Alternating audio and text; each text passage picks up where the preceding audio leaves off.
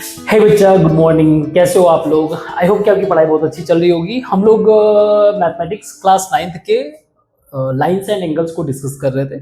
काफ़ी बातें हम लोगों ने डिस्कस किया था। आज ही कुछ एग्जांपल्स हैं और कुछ क्वेश्चंस बचे हुए हैं, इसके साथ चैप्टर ओवर हो जाएगा। लेकिन अगेन इन क्वेश्चंस को सॉल्व करने से पहले हमारा एक जो फंडामेंटल बेस होता है उसको वापस से ग्रैब करते हैं, उसके बाद आगे बढ़ते हैं। हमने पढ़ा था कि इस तरीके के प्रॉब्लम्स को, जियोमेट्री को एक्सप्लेन करने के लिए we need some kind of basic definition. कुछ न कुछ हमें जो है कंसीडर करना पड़ेगा। तो उसके लिए हमने क्या किया था, पोस्टुलेट्स बनाए थे। पोस्टुलेट्स एंड प्लस एक्सियोम्स थे। इन्हीं को रेफरेंस में लेकर, यानी कि ये जो स्टेटमेंट इसके अंतर्गत कहा गया है, दीज आर द एजम्पशन, है ना। और जो पोस्टुलेट्स था वो स्पेसिफिक टू दी जियोमेट्री, सिर्फ जियोमेट्री से रिलेटेड रहेगा। एक्सियोम्स एक ब्रॉड प्रोस्पेक्ट के पॉइंट ऑफ व्यू से। तो इन्हीं का इस्तेमाल करके कुछ भी अगर नया क्रिएट कर रहे हैं, और बहुत ही सिंपल अगर है, तो दीज आर द प्रोपोजिशन।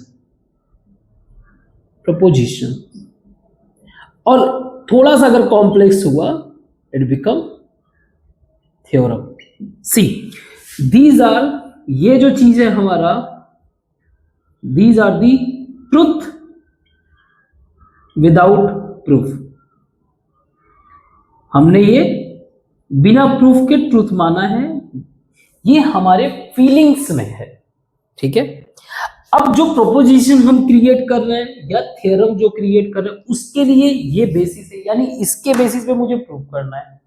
जैसे एग्जांपल के लिए ये सब क्या देते हैं, एक फर्दर कंक्लूजन, एक अगला निष्कर्ष देते हैं हमें। जैसे एग्जांपल के लिए पोस्टुलेट में, क्योंकि हम लोग पैरेलल लाइन से डिस्कस कर रहे हैं, कल हम लोगों ने एक एग्जाम में देखा था कि अगर दो पैरेलल लाइंस हैं और एक लाइन ऐसा है जो इंटरसेक्ट कर रहा है,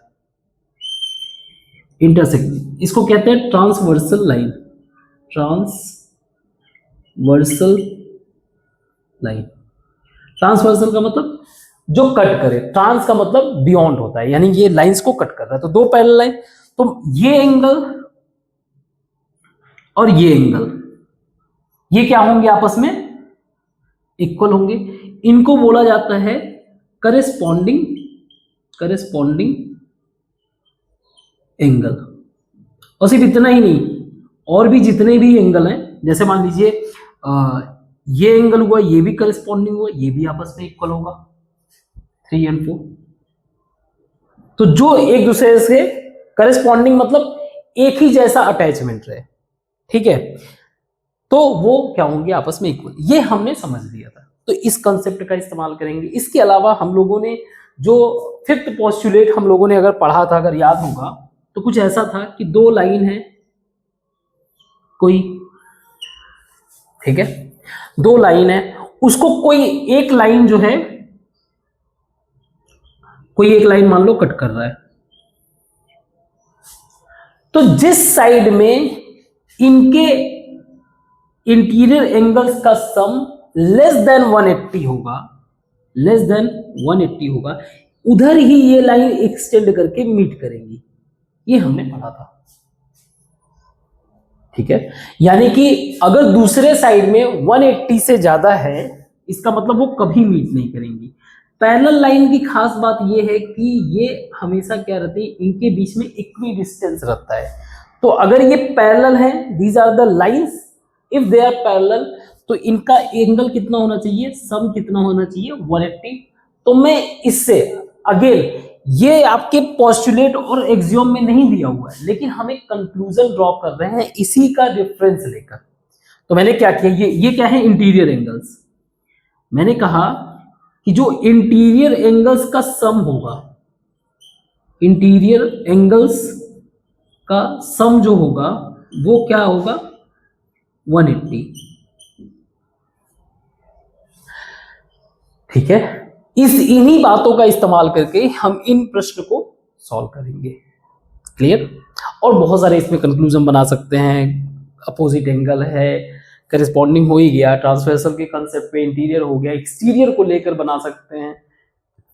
जैसे जैसे आप हायर लेवल पे जाओगे, आपका यही फंडामेंटल जो इंफॉर्मेशन है वहां पे मदद करेगा आपको। तो पहले इन क्वेश्चंस को सॉल्व करते हैं, उसके बाद फिर देखते हैं। ठीक है, ये एग्जांपल्स हैं। तो पहला क्वेश्चन 4th नंबर इधर है आपका। आप इस डायग्राम को देखो। डायग्राम दिया हुआ है कि ये एक फिगर है और इसमें जो है ये एंगल दिया हुआ है, ये एंगल दिया हुआ है, हमें इस एंगल को फिगर आउट करना है। ठीक है, तो हम लोग एज्यूम कर लेते हैं, एक मान लेते हैं there is a line A B जो पास हो रहा है एम पॉइंट से। एक हमने लाइन मान लिया ए बी। तो अगर मैंने ए बी मान लिया, जो कि ए बी एक लाइन है, लेट ए बी लाइन जो पैरेलल है किसके, पी क्यू के, पी क्यू के भी पैरेलल है और आर एस के भी पैरेलल है। ठीक है, और एक्स एम क्या है, X M as a transversal line है, X M as a transversal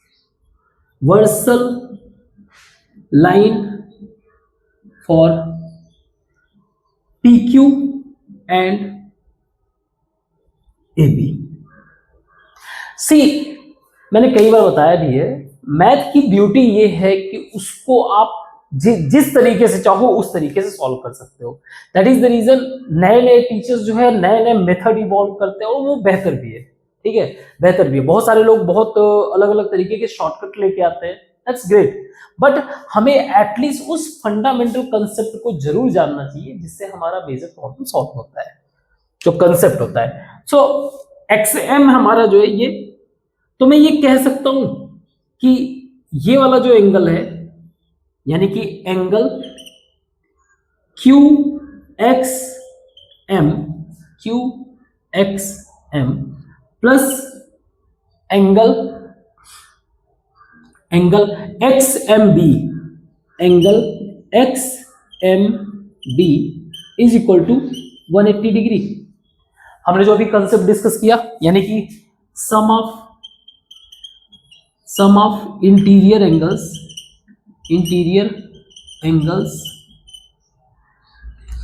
of parallel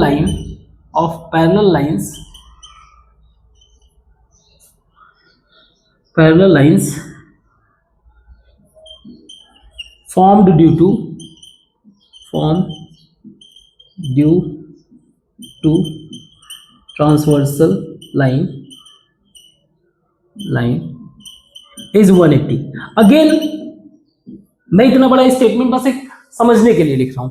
ठीक है, आप इसको सिंपल वे से लिख सकते हो कि sum of the interior angles are 180। Okay, तो ये ठीक है। हमें कौन सा एंगल दिया हुआ है, कोई दिया हुआ है क्यू एक्स एम दिया हुआ है, यानी कि ये कितना है 180 प्लस 135, कितना है, हाँ 135 दिया हुआ है, 135 plus angle X M B is equal to 180, या angle X M B is equal कितना हो जाएगा, माइनस करोगे आप तो 45। ये एंगल मुझे मिल गया 45। मुझे ये कंप्लीट एंगल फिगर आउट करना है, तो ये मुझे मिल गया 45। ठीक है, एक और कंसेप्ट होता है कि जो पैरेलल लाइन है आपस में कट करे तो जो यहां का एंगल होगा वही यहां का एंगल होगा। ठीक है, तो भी चलो आप इस वाले को ऐसे ही सॉल्व करते हैं। ये 40 डिग्री है, यहां कितना हो जाएगा, क्योंकि हमारा ये लाइन का कंसेप्ट है, एक्स एम एज अ रे है ऑन द लाइन, तो ये 140 होगा। अब ये अगर 140 हुआ तो फिर ये कितना होगा, अगेन इसी सेम कंसेप्ट से सिमिलरली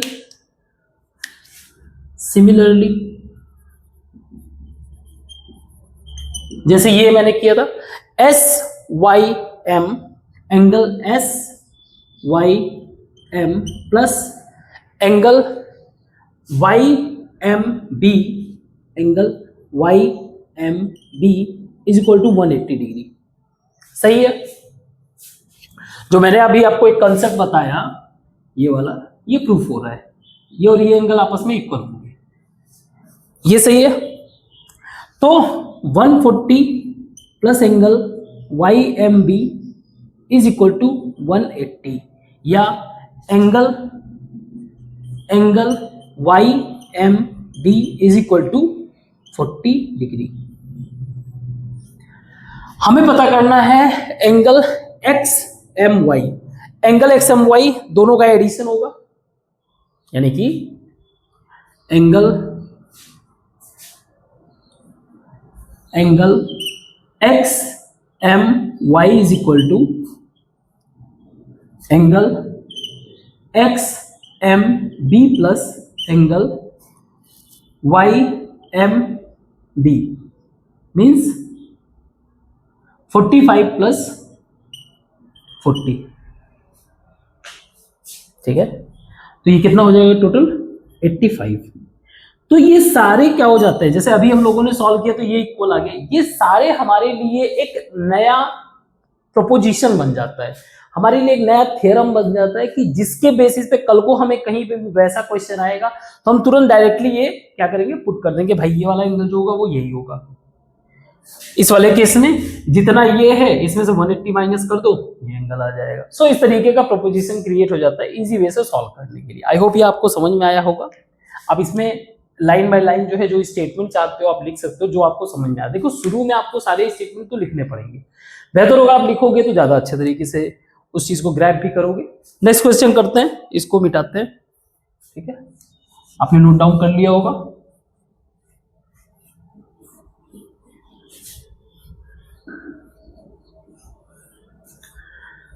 नेक्स्ट क्वेश्चन है, अगेन याद रखिएगा, हमें जो क्वेश्चंस में दिया हुआ होता है वहां से हम शुरू करते हैं और रेफरेंस लेते हैं अपने एग्जाम और पोस्टुलेट से। तो हम लोग अगर इस क्वेश्चन को देखें, क्वेश्चन क्या कर रहा है, if a transversal intersects two line, दो पैरेलल लाइन से, दो लाइन से, ठीक है, इस तरीके से उसको इंटरसेक्ट कर रहा है। मान लो ये मेरा एक लाइन है और एक मेरा दूसरा लाइन ये है, ये हो गया ए बी, ये हो गया सी डी, और ये क्या कर रहा है, इंटरसेक्ट कर रहा है। ठीक है, इस तरह से कर रहा है कि the bisectors of the pair of corresponding angles are parallel. तो ये जो करेस्पॉन्डिंग एंगल्स हैं, ये करेस्पॉन्डिंग एंगल्स, इनके बाइसेक्टर्स, बाइसेक्टर्स का मतलब जो इनको डिवाइड करे, इन एंगल्स को इक्वल हाफ में डिवाइड करे, ये दोनों आपस में क्या है, जैसे मान लो ये हमने पॉइंट कर दिया पी क्यू, और ये हमारा एक्स वाई हो गया, ये हो गया एम एन।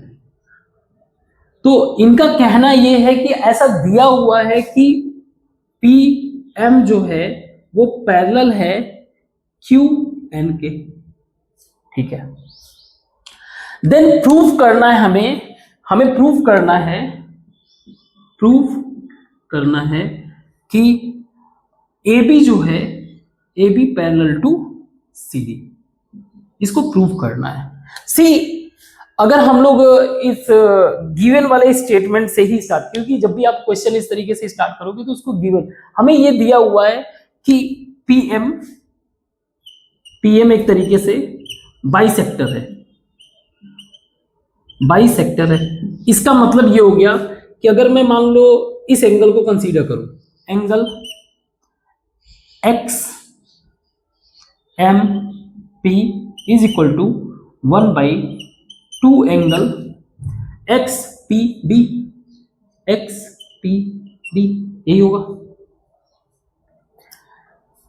है ना। हमें पैरेलल इसको कैसे डिसाइड करेंगे अभी डिस्कस करते हैं, तो पैरेलल अपने आप कॉन्सेप्ट समझ में आ जाएगा। पहली बात तो ये हो गई, ये ठीक है। सिमिलरली सीडी का बाइसेक्टर ये है, तो इसी तरीके से अगर देखूं P, angle P Q N जो होगा वो होगा 1/2 एंगल पी क्यू डी। अब जब भी हम लोग कोई पैरेलल लाइन की बातें करते थे तो हमारा यही कंसेप्ट था ना कि अगर दो पैरेलल लाइन है, उस पे कोई एक इंटरसेक्ट कर रहा है, तो ये एंगल और ये एंगल आपस में क्या होंगे, इक्वल होंगे, that's what the corresponding angle. तो अगर मेरा ये कंप्लीट एंगल इसके इक्वल हो जाए तो इसका मैं मान लूंगा कि ए और बी जो है आपस में इक्वल है, ठीक है। चलो इस लाइन को, क्योंकि हमारे पास गिवन इंफॉर्मेशन इससे है, ट्रांसवर्सल लाइन और ये जो बाइसेक्ट कर, चलो इस लाइन को थोड़ा सा हम लोग अलग करते हैं।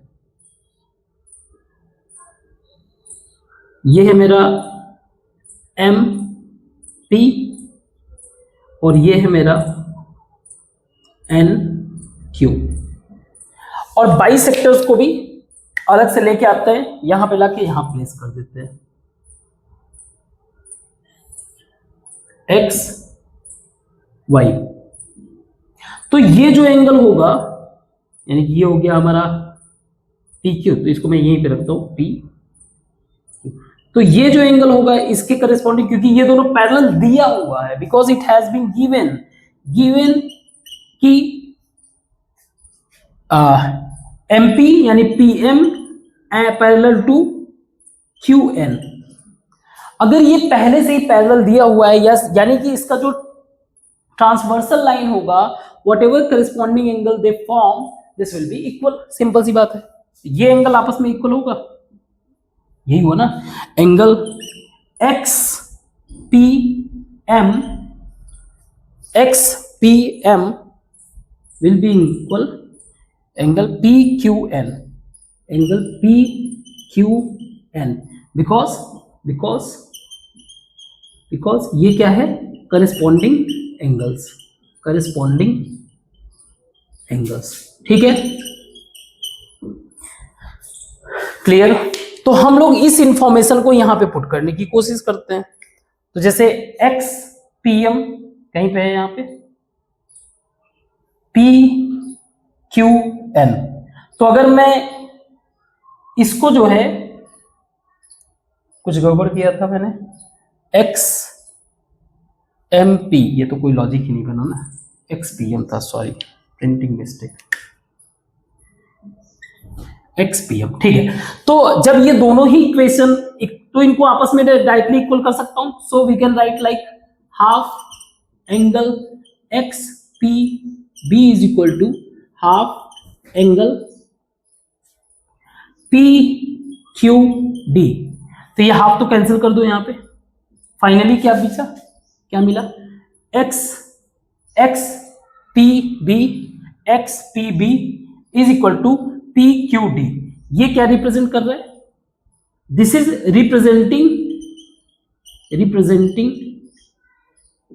Corresponding angle for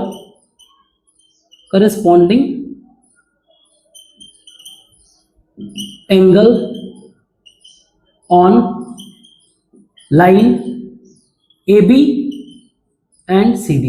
It means that these are the parallel lines. So it's a proof that ये क्या है, AB और CD क्या है, पैरेलल लाइंस है। कंसेप्ट हमने पढ़ाई। तो किसी भी एक पॉइंट से आप पिक करके उसके प्रूफ को ला सकते हो, उसको सॉल्यूशन कर सकते हो। तो ये था हमारा जो है दूसरा क्वेश्चन आज का, और ये लास्ट क्वेश्चन बहुत इजी है, आप इजी वे से सॉल्व कर सकते हो, ठीक है। सीधे सीधे वैल्यूज निकालने हैं, एक्स वाई जेड इन एंगल्स का कंसेप्ट वही यूज करेंगे जो हम लोगों ने पढ़ा है अभी तक, जो हमारे एक बेसिक अंडरस्टैंडिंग में जो है। तो हमें एंगल्स निकालने हैं एक्स वाई जेड।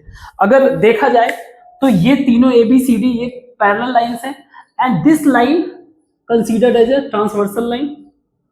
तो ये एंगल और यहां बनाने वाला एंगल, ये सारा क्या होगा, यानी कि x डिग्री जो है वो इक्वल होगा y डिग्री के। क्यों, करस्पॉन्डिंग एंगल, ठीक है।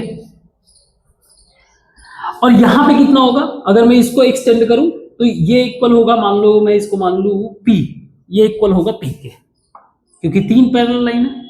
अब P को अगर देखो तो P जो है एंगल P और plus angle 55 is equal to 180। एक तो ये मेथड है, आप ये एज्यूम कर लिए। एक तरीका ये भी है कि जो हमारे पास इंफॉर्मेशन दिया हुआ है, जैसे सिंपल रखते हैं, इसी वाले मेथड से चलते हैं। P का वैल्यू आप निकाल सकते हो, angle P is equal to 180 minus 55, यानी कि कितना हुआ, angle P is equal to 125 degree. यही x का वैल्यू है, यही एंगल x का वैल्यू है, यही एंगल y का वैल्यू है, दैट इज 125। पहला चीज। दूसरा मुझे z का निकालना है, तो वी कैन सी कि एंगल AEF क्या बना रहे हैं, राइट एंगल। इसका मतलब ये हो गया कि angle Z plus 55 this must be is equal to 90, तो angle Z is equal to 45। तो बहुत ही सिंपल है। आपको लग रहा होगा कि एक्सियोम वाले कंसेप्ट जो है टफ, क्योंकि थोड़ा सा स्टेटमेंट वगैरह लिखना रहता है, बट ट्रस्ट मी, धीरे धीरे आपको क्या हो जाएगा, ये कंसेप्ट बिल्ड हो जाएगा। और ये बहुत जरूरी है कि आप चीजों को स्टेटमेंट के फॉर्म में लिख सको, ये भी जरूरी है। सिर्फ इतना तक ही सीमित नहीं है, आपके आगे की पढ़ाई के लिए भी जरूरी है। तो इसको यहाँ पे मिटाते हैं और क्वेश्चन सॉल्व करते हैं एक्सरसाइज को। तो ये 2 क्वेश्चन है, इनको बहुत इजी वे से आप सॉल्व कर सकते हो देख के भी, ठीक है, ऐसा कोई इशू नहीं। हमें क्या करना है, देखो कंडीशन दिया हुआ है कि AB एक लाइन है और CD के पैरेलल है। CD जो लाइन है वो EF के पैरेलल है, यानी तीनों आपस में पैरेलल है। वही एक्सियोम वाला कंसेप्ट, सेम, अगर इक्वल है एक दूसरे से तो बाकी सारे के सारे आपस में इक्वल होंगे। हमें ये दिया हुआ है y और z का रेशियो, y एंड z का रेशियो दिया हुआ है 3:7। हमें इस एंगल को बताना है, तो मैं अगर अपोजिट एंगल का कंसेप्ट लगाऊं तो यहाँ पे y हो जाएगा, ठीक है। इंटीरियर एंगल का कंसेप्ट अगर लगाऊं, इन दोनों का एडिशन 80 होगा, यानी कि angle y plus angle z must be equal to 180, interior angle का कंसेप्ट। तो ये दिया हुआ है 3 और 7 के रेशियो में, माना 3a plus 7a is equal to 180, 10a is equal to 180 और a इज इक्वल टू 18। तो हमारा जो y एंगल कितना हो गया, y is equal to 54 and angle z is equal to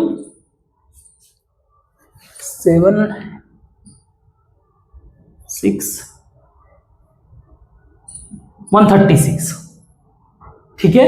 हमें क्या मिल गया, y और z का वैल्यू मिल गया।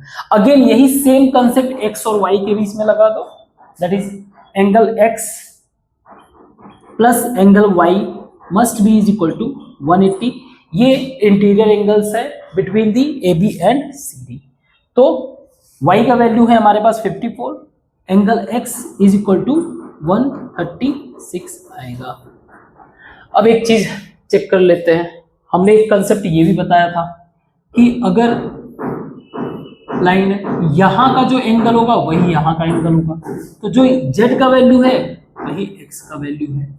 ये भी प्रूफ हो गया। और क्योंकि धीरे धीरे क्वेश्चंस आप करोगे तो ये सारे प्रूफ देखने के बाद आगे जो क्वेश्चंस हम सॉल्व करेंगे उसमें इस तरीके की स्टेटमेंट लिखने की जरूरत नहीं पड़ेगा।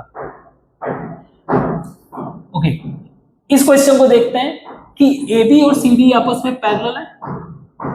EF लाइन जो है वो परपेंडिकुलर ऑन CD है। हमें फाइंड आउट करना है ये XYZ की वैल्यू। हमें ये दिया हुआ है कि एंगल GED कितना है, दैट इज 126।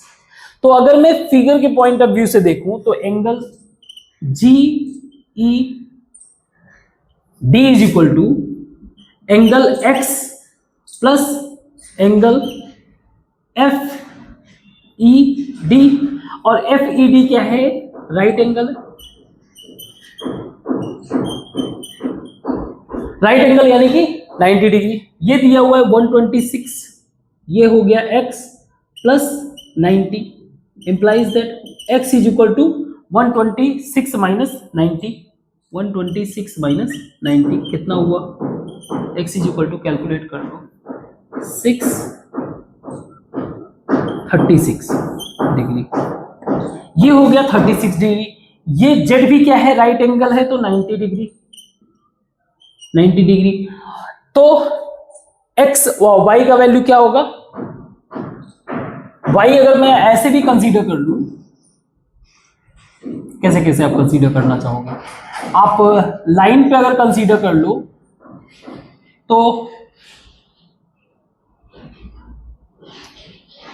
तो ये वैल्यू और ये वैल्यू इक्वल होगा। या एक और कंसेप्ट जान लो, जो ट्राइंगल होता है उसका एडिशन 180 होता है, लेकिन ट्राइंगल पे हम लोग नहीं जाते हैं। अगर हम लोग ट्राइंगल करना चाहें तो ये 180 हो जाएगा, उससे तो इजी वे से सॉल्व हो जाएगा। दूसरा, अभी तक हम लोग लाइन और पैरेलल लाइन के ही कंसेप्ट पे चल रहे हैं, तो ये 126 है, ये कितना होगा। अगेन हम लोग अगर ई जी को एक रे मान ले तो 126 माइनस दिस कितना हो जाएगा, 126 सॉरी 180। ये टोटल एक CD क्या है, एक लाइन है, CD एक लाइन है, और EG हमारे लिए एक रे है, EG हमारे लिए एक रे है। तो क्या हो जाएगा, एंगल CEG जो होगा वो plus angle GFD is equal to 180 होगा। ठीक है, लीनियर पेयर एंगल। तो ये कितना हुआ, CEG हमें फाइंड आउट करना है, ये हो जाएगा CEG is equal to 180 minus 126, कितना हो गया 54 डिग्री, सही है। ठीक है, 54 डिग्री क्या है ये, तो अभी वाला जो कंसेप्ट हमने लगाया, ये एक लाइन है, इसका जो अपोजिट होगा वो ये होगा, क्या हो जाएगा। अगर ना समझ में आए तो थोड़ा सा एक लाइन और एक्सटेंड कर सकते हो, इनका एडिशन क्या हो जाएगा, इस लाइन का और इस एंगल का एडिशन कितना हो जाएगा 180, बात वहीं पे आ जाएगी, ये भी 126 हो जाएगा। तो जो कंसेप्ट हम लोगों ने डिस्कस किया था, ये हमारा एक ट्रांसवर्सल लाइन है, जो एंगल यहां पर हो रहा है वही एंगल यहां पे होगा, सेम है। तो y भी कितना हो गया 54 डिग्री। ठीक है, इसको मिटाते हैं, आगे क्वेश्चंस को डिस्कस करते हैं। इन दोनों क्वेश्चंस को आप पॉज करके सॉल्व करने की कोशिश करो, और जब आप सॉल्व कर लो उसके बाद हम लोग डिस्कस करेंगे। ठीक है, तो आई होप आपने सॉल्व किया होगा। अगर आपने सॉल्व किया होगा और जो मैं सॉल्व करने जा रहा हूं आप देखोगे कुछ ना कुछ अलग होगा जरूर, बट आपने अगर सही तरीके से सॉल्व किए होगे तो आंसर सेम रहेगा, थोड़ा बहुत डिफरेंस हो सकता है। जैसे हमें इस क्वेश्चन में दिया हुआ है कि PQ और ST पैरेलल लाइंस हैं, X का वैल्यू निकालना है, ये दो एंगल्स दिए हुए हैं। तो मैं क्या कर रहा हूं, इसको सॉल्व करने के लिए एक पैरेलल लाइन कंसीडर कर ले रहा हूं, ये XY पैरेलल लाइन कंसीडर कर ले रहा हूं, इमेजिनरी लेट XY मैंने पैरेलल लाइन कंसीडर कर लिया। मुझे पता है इस कंसेप्ट से कि इन दो एंगल के बीच का जो एडिशन होगा वो 80 होगा, यानी कि जो एंगल TSR होगा प्लस एंगल YRS जो होगा YRS होगा वो 180 होगा। एक दिया हुआ है 130, यानी अगर मैं सिर्फ R लिख रहा हूं, angle R is equal to 180 या angle R is equal to 50। ठीक है, यानी कि ये 50 है। ऐसे ही ये कंसेप्ट अगर मैं यहां पे अप्लाई करूं, तो यहां पे अगर अप्लाई करूंगा तो क्या होगा, एंगल अपोजिट साइड वाला R, एंगल R, इसको पूरा लिख देते हैं अदरवाइज कंफ्यूजन हो जाएगा। So angle QRX is equal to 180 minus 110 यानी कि 70 डिग्री। ये आप कर सकते हो, इतना सॉल्व कर सकते हो। हमें पता करना है x, हमें पता है एक लाइन का स्ट्रेट एंगल कितना होता है, सप्लीमेंट्री एंगल जिसको बोलते थे। तो इसको देखेंगे तो हम लोग तीन पार्ट में ब्रेक कर सकते हैं, angle XRQ plus angle X plus angle R ये वाला इज इक्वल टू तीनों 180, तो x इज इक्वल टू ये 50 ये 70 यानी कि 120, 180 माइनस 120 यानी कि 60। सो एंगल x ये कितना है 60 डिग्री। एक बार हमने मेथड समझ लिया ना, सॉल्व करने के बहुत सारे तरीके हो जाते हैं, बहुत सारे तरीके, और बहुत इजी वे से। अभी हमारा क्या है, स्टार्टिंग है, that is the reason careful हमें सॉल्व करना है, ताकि हमें कंसेप्ट प्रॉपर वे से हमारे माइंड में इम्बाइब हो जाए। हमें इस वाले क्वेश्चन में x और y का वैल्यू निकालना है, ठीक है। हमें पता है एक करस्पॉन्डिंग एंगल के कंसेप्ट से कह लो, चाहे जिस भी कंसेप्ट से कह लो, अगर मान लो यहाँ पे इसको अपोजिट एंगल के कंसेप्ट बताए तो ये 50 तो ये भी 50, करस्पॉन्डिंग एंगल से कंसेप्ट बताए तो ये 50 तो ये भी 50 ही होगा, पहला चीज। x बहुत इजी, एक लाइन में निकल गया। आप इसको स्टेटमेंट वाइज से लिख सकते हो, एंगल बना के अपोजिट एंगल का रीजन दे सकते हो, ये एंगल और ये आपस में क्या है करस्पॉन्डिंग एंगल है, ये रीजन बता सकते हो। रीजन बता सकते हो कि PQ एक तरीके का क्या है ट्रांसवर्सल लाइन है, AB और CD पैरेलल लाइन है, which is already given. So what about y भी ऐसे ही निकाल सकते हैं हम लोग। ये एंगल और ये एंगल पता ही है 180 होगा, तो ये 180 माइनस 127 कितना हो गया 53। अब ये अगेन इस वाले कंसेप्ट को ही लगाते हैं, ये 50 plus this and plus this, तो 50 plus 53 plus angle y is equal to 180, angle y is equal to 180 minus 103 that is equal to 77 degree. So ये क्या है ना कि शुरुआत में आपका एक माइंड इस तरीके से डेवलप करना ताकि आप क्वेश्चंस को देख के प्रॉपर वे से उसको इम्बाइब कर सको, उसे अच्छे से समझ सको, उसके अकॉर्डिंगली आप रिस्पॉन्ड करो कि कैसे इसको सॉल्व करना है। तो शुरुआत में थोड़े से स्टेप्स को फॉलो कर लो, बाद में जो है शॉर्टकट में सॉल्व करके हटा देना, ठीक है। एक लास्ट क्वेश्चन करते हैं। तो ये हमारा आज का लास्ट क्वेश्चन है, इस चैप्टर का भी लास्ट क्वेश्चन है। ये इस क्वेश्चन में ये बता रहा है कि दो मिरर है P और Q, उसमें रेज पास हो रही है, that is AB and BC and CD।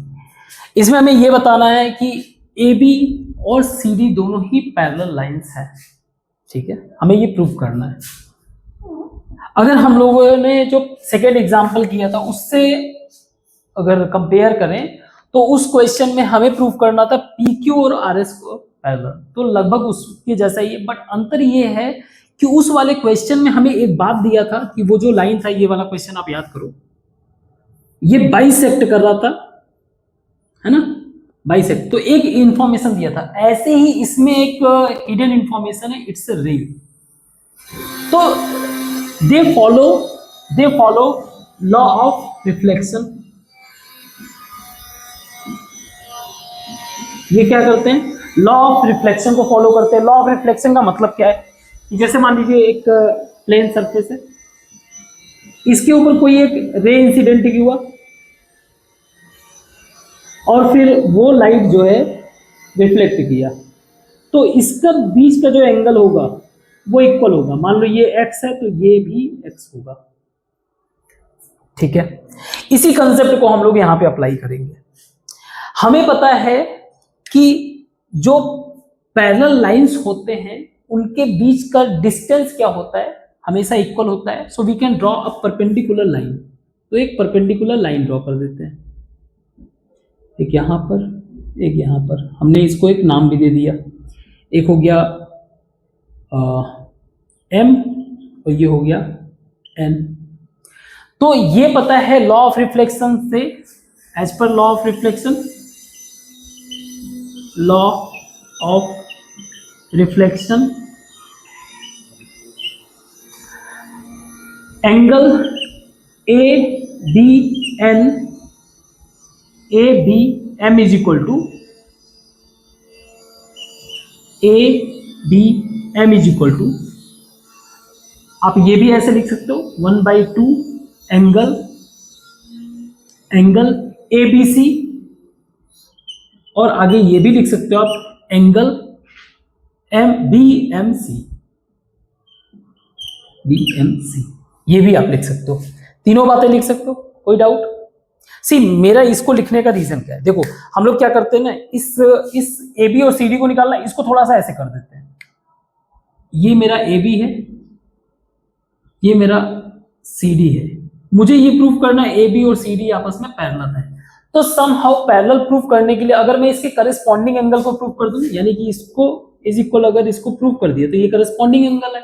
तो हमें पता है पैरेलल वाले कंसेप्ट में कि दो लाइंस है, उसका एक बाइसेक्ट ट्रांसवर्सल लाइन है, बीसी इसके लिए ट्रांसवर्सल लाइन है, तो इनके बीच में जो एंगल बनेंगे, जो करस्पॉन्डिंग एंगल बनेंगे वो इक्वल रहेंगे। दैट इज द रीजन हमने क्या किया, इसको हमें प्रूव करना है, इसको जो है इसके इक्वल प्रूव करना है।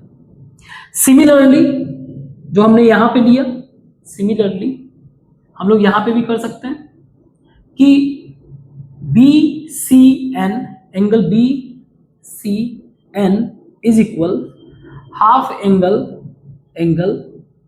B C D is equal D C N, angle D C N. तो ये हमारे लॉ ऑफ रिफ्लेक्शन से आ गया, ठीक है। अब अगर हमें पता है कि पी क्यू और आर एस आपस में क्या है, पैरेलल है, ये इंफॉर्मेशन दिया हुआ है, तो करेस्पॉन्डिंग एंगल के कंसेप्ट से अगर लिया जाए तो ये एंगल जो होगा इस एंगल के बराबर होगा, या फिर ऐसे करो, चलो आप एम बी एन को ले लो, बी एन को पिक करके ऐसे ले आओ, ठीक है, बी एन को एज इट इज मैं बाहर ले रहा हूं, देखो करेस्पॉन्डिंग एंगल इस पे अप्लाई कर देते हैं। सी पी आर एस ये पैरेलल है, तो इनके बीच का जो लाइन है एम बी एम जो परपेंडिकुलर लाइन है, बी एम जो परपेंडिकुलर टू पी क्यू, और सी एन जो कि परपेंडिकुलर टू आर एस है। तो ये आपस में B M parallel to C N होगा। ये बाय डिफॉल्ट, ये आपके फीलिंग से भी समझ में आ रहा होगा, इनके बीच का ये दो लाइन है, ये पैरेलल होगा। इसको मैं उठा के ऐसे ले आ रहा हूं क्योंकि ये पैरेलल लाइन है, ये मेरा है बी, ये है मेरा एम, ये है मेरा सी और ये है एन। तो ये जो ट्रांसवर्सल लाइन है, इसके बीच का करस्पॉन्डिंग एंगल इक्वल होगा। इसके बारे में हम लोगों ने पहले भी डिस्कस किया हुआ है। तो ये रिप्रेजेंट कर रहा है, मींस क्या कह रहा है कि angle NCB is equal angle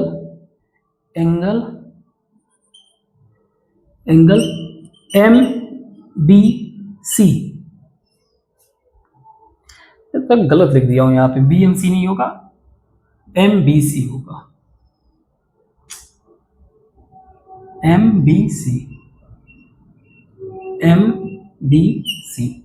DCN, ठीक है, DCB या BCD सही है। तो ये हमारा जो है क्या बना, कंडीशन दिया हुआ है गिवन इंफॉर्मेशन के पॉइंट ऑफ व्यू से।